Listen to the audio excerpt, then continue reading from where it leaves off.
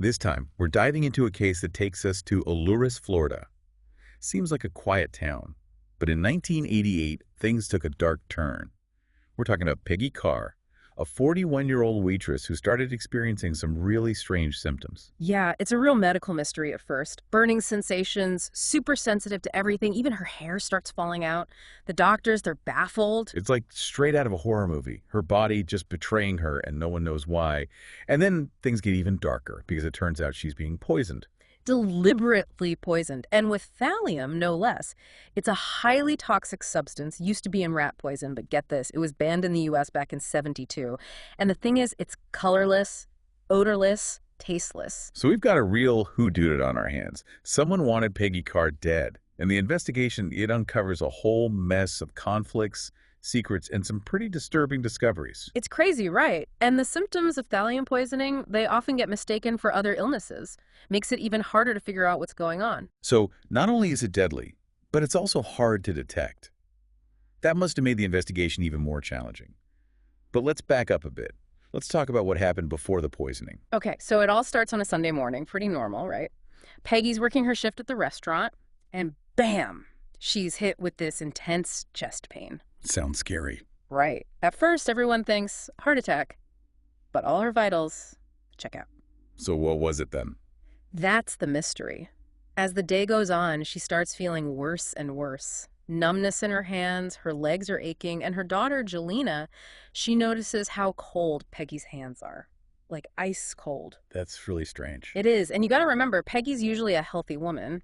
So she heads home, figures she just needs some rest, but it doesn't get any better. Her husband, Pi, comes back from a hunting trip and finds her weak and excruciating pain. So they call a doctor, right? Well, they call Pi's sister, Carolyn. She's a nurse. Yeah. But even she can't figure out what's wrong. Carolyn being a nurse, that's an interesting detail. Could be important later on. Yeah, keep that in mind. So that evening, Jelena finds her mom basically bedridden. She wants to rush her to the hospital, but Pi, he's not having it. Insists it's just a virus. That's a bit odd, don't you think? Why wouldn't he want to take her to the hospital? It is strange, and it's definitely going to raise some eyebrows as the investigation goes on. But eventually, Pi does take her to the hospital, but the doctors are stumped. So they run tests, but nothing comes back. Nothing conclusive. They even suggest it might be all in her head, like psychosomatic, brought on by stress. Can you imagine? Oh, that's got to be frustrating. Feeling that sick and being told it's all in your head. Exactly. But after a few days, Peggy starts to improve a little. She's sitting up, eating, even complaining about the hospital food. Sounds like she's getting back to her old self. You'd think so, right? But then things take a turn for the worse. Pi's sister, Carolyn, brings over some fried chicken and Coca-Cola, and boom, Peggy's condition goes downhill fast. Oh, no. What happened? It's like something out of a suspense novel. Not only Peggy gets worse, but two of the teenage boys in the house, Travis and Dwayne, they wake up with those same bizarre symptoms. So it's not a virus then. It's starting to look like someone's targeting the family. That's what everyone's thinking now. And this time, Peggy ends up at a different hospital, thankfully. She sees a neurologist, Dr. Hostler, and he's the one who starts to suspect poisoning. Dr. Hostler, he's the hero in all this. You could say that. He's really sharp. Peggy tells him about this burning sensation, and he notices the hair loss, and he's like, wait a minute, this sounds familiar. So he orders tests for poisoning, right? Yep. Heavy metals, including thallium and bingo. Peggy's levels are through the roof, like way too high for the lab to even measure accurately. Dwayne and Travis, they test positive too, but their levels are lower. So someone's definitely poisoning the Carr family, and Peggy got the worst of it. Absolutely. And her condition, it just keeps getting worse. She can't even speak anymore, and they have to sew her eyes shut to prevent ulcers. It's heartbreaking. She's trapped in her own body. And all she can do is communicate using sign language. It's awful. At this point, the focus shifts. It's not a medical mystery anymore. It's a criminal investigation. We know who the victims are. We know the poison. But the big question is, who did it? The mystery deepens. And the first place investigators look is, you guessed it, the family. Of course. The people closest to Peggy. Right. And Pi, the husband, well, he becomes a suspect pretty quickly. There's the whole marital problems thing. And remember how he didn't want to take her to the hospital at first? Yeah, that was suspicious. Right. And then there's Carolyn, the nurse. She brought the food and drinks and was there when Peggy got worse. She's on the radar too. It's like a real-life Agatha Christie novel. Totally. Hmm. And then they find those tampered Coca-Cola bottles. That's a game changer. Those bottles become a crucial piece of evidence. The way they were tampered with, it's so subtle. No obvious signs. Whoever did this knew what they were doing. Someone who knows how to handle poison without getting caught. And then, to make things even crazier, they find that threatening letter. Oh yeah, the letter. Sent to the Carrs a few months before the poisoning, warning them to move out of Florida or else. Wow. Whew. Talk about a plot twist. Yeah. So we've got potential suspects within the family, a murder weapon that's been carefully tampered with, and now this mysterious letter. It's a tangled web for sure. Where did they even begin to untangle this? So the family's under suspicion. We've got the poison Coke bottles and this threatening letter hanging over everything. Yeah. Was it a real threat or just a distraction? Yeah, the investigators, they had to consider all the angles. And one thing about that letter, they noticed Pie's name was misspelled. Spelled it pie, not pie. Interesting. So maybe someone who knew of the family but not super well. Exactly. It doesn't totally rule out someone in the family, but it does make you wonder, right? Like, did the investigators think maybe Pie wrote it himself? To make it look like he was the target. That's one theory they looked into. But the thing is, those Coke bottles, the way they were messed with, it was pretty sophisticated. Like someone with some serious chemistry skills. Right. Not just some average Joe trying to scare his neighbors. And that's where things take a turn. They start looking at this neighbor, George Treeal. And let me tell you, this guy is a fascinating character. Okay, so George. We know he didn't get along with the Carrs, but what made him a suspect? Well, a few things. First off, the bad blood between him and the Carrs. It went way back, like even before Peggy moved in. You see, they lived in this rural area, and George and his wife, Diana, they liked their peace and quiet. Which the Carr family, with all their teenagers, probably didn't provide. You got it. And it wasn't just about noise. There was this whole thing with Pie's dog from a previous marriage. The dog would jump the fence and go after George's cat. There were even stories about George chucking sticks at the dog. And then the dog dies suddenly, and Pie always believed George poisoned it. So there was a lot of tension there, even before Peggy came into the picture. Oh, yeah. And after Peggy and Pie got married, things got even worse. George and Diana, they complained about everything. Loud music, the boys riding their motorcycles, even a fight over some sand George put down by the lake. Sounds like your typical neighborly feud, but maybe with a little more animosity. For sure.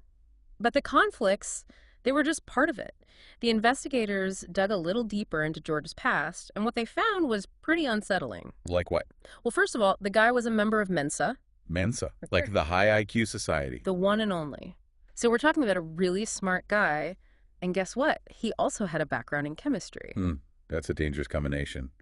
Definitely makes him capable of pulling off something like this. No doubt. And it wasn't just book smarts. Back in the 70s, George got busted for running a meth lab. A meth lab. Wow, okay. This is serious. Yeah, and the cop who arrested him, he even said George was, like, the smartest chemist he'd ever met. So this wasn't some amateur hour operation. George knew his stuff. Absolutely. And remember how they found that homemade P2P in his stuff? That's a chemical used to make meth. And some ways of making that P2P, they actually use thallium. So not only did he know how to handle poison, he might have had access to it through his drug-making days. Exactly. He was at the top of their suspect list. Yeah. But they needed more, something to tie him directly to the Carrs. And that's where the undercover operation comes in. They sent in an FBI agent, Susan Gorick, pretending to be Sherry Gwynn. She even rented George's house after he moved. Talk about dedication. Agent Gorick, she had to keep up this whole charade for months, trying to win George's trust and hoping he'd slip up and say something incriminating. That must have been so nerve-wracking, living a lie like that, just waiting for him to make a mistake. It was a long shot, but they had to try. And finally, they got what they were looking for. That bottle, with traces of thallium in his workshop. Bingo. They had been swabbing everything in the house with nitric acid, hoping to find even a tiny bit of thallium. And there it was. Connecting him directly to the poison used against the Carrs. That's amazing. Talk about a breakthrough. It was the smoking gun they'd been waiting for. But even with that evidence, George, he stuck to his story. Said he was innocent. So it went to trial. And it must have been a tough case to prove, right? A lot of circumstantial evidence? It was. The prosecution had to show all the connections, the motives, and then that physical evidence. And of course, the defense, they argued that it wasn't enough to prove he did it. And to make things even more complicated, Peggy's own kids They weren't all on the same page about George. Yeah, it really divided the family. Dwayne and Jelena, they said they forgave George and didn't think he should be put to death. That's incredible, to forgive someone after what he did. It is. Shows how differently people cope with trauma. And then Alan, Peggy's other son, he felt completely different. He wanted George to pay for what he did. It shows you how complex this whole thing was, not just about finding the culprit, but also about dealing with the emotional fallout. Everyone had their own way of trying to make sense of it. So, after all that, what happened? What was the verdict? Guilty. The jury found George Treeal guilty on a whole bunch of charges, including first-degree murder. So, he was sentenced to death. That's right, death penalty. But even with the verdict, the story doesn't really end there. What do you mean? Well, George, he's still on death row to this day, and he still says he didn't do it, after all this time. Wow. It's hard to even imagine what the Carr family went through. Losing Peggy in such a horrible way, then the investigation, the trial, it must have been incredibly tough on them. Absolutely. And it wasn't just about losing Peggy. This whole thing, it tore the family apart. Pi, her husband, he seems to be filled with anger, you know. He said he wants to be there when they execute George. I can't say I blame him.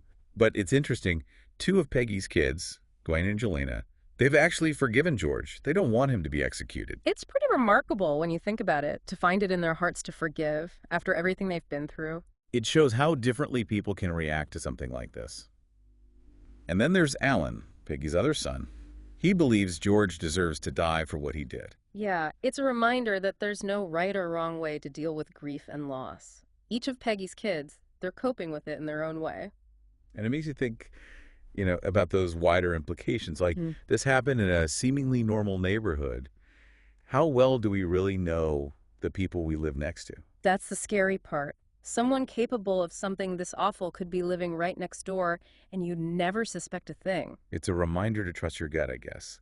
If something feels off about someone, don't ignore it. The Peggy Carr case, it's a tragedy on so many levels, but it also shows the strength of the human spirit, the power of forgiveness. It's definitely a story that stays with you, and I think it's a good reminder to be aware, to be careful, and to cherish the people we care about. Couldn't have said it better myself. This deep dive has been truly eye-opening. Thanks for sharing this case with us. It's been a pleasure discussing this with you. And to everyone listening, thanks for joining us. We hope you found this deep dive insightful, even if it was a bit disturbing. Stay curious, stay informed, and most importantly, stay safe. Until next time, keep diving deep.